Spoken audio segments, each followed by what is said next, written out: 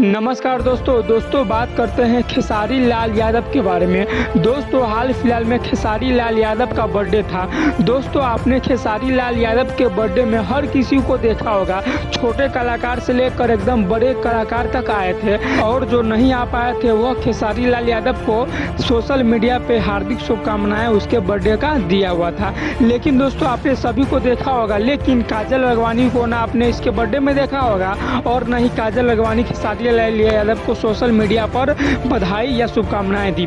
लेकिन दोस्तों मैं आपको बोलना चाहूँगा, खेसारी लाल यादव के बर्थडे में काजल राघवानी तो नहीं आई हुई थी, लेकिन दोस्तों खेसारी लाल यादव के बर्थडे के दिन ही काजल राघवानी लाइव आकर खेसारी लाल यादव का बर्थडे का मजाक उड़ा रही है।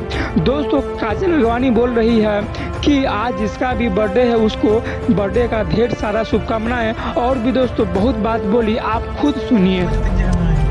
हैप्पी बर्थडे, जिसका भी बर्थडे है उसको हैप्पी बर्थडे आज। ओके सो केक डे भी होता है क्या? केक भी हम लोग बहुत खाते हैं। हर महीने में 2-3 केक तो खा ही लेते हैं सब लोग।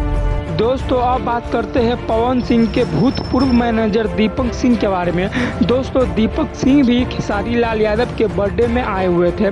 दोस्तों किसी ने भी यह उम्मीद नहीं किया था कि दीपक सिंह भी खेसारी लाल यादव के बर्थडे में आएंगे, लेकिन दोस्तों खेसारी लाल यादव के बर्थडे में दीपक सिंह भी पहुंचे हुए थे और खेसारी लाल यादव उनको ढेर सारा सम्मान और प्यार दिए। दोस्तों अब बात करते हैं एक ऐसी लड़की के बारे में जो अपने गाँव से शहर में पढ़ने गई थी और उसके साथ शहर में दुष्कर्म हो जाता है। दोस्तों एक लड़की थी जिनका नाम था स्नेहा सिंह। दोस्तों वह सासाराम की रहने वाली थी। वह नीट की तैयारी करने के लिए गांव से शहर यानी कि दोस्तों बनारस गई हुई थी। दोस्तों बनारस में किसी हॉस्टल में वो रहती थी। दोस्तों वह बनारस में अच्छे से पढ़ रही थी, अच्छे से लिख रही थी, एकदम खुशहाल जीवन जी रही थी।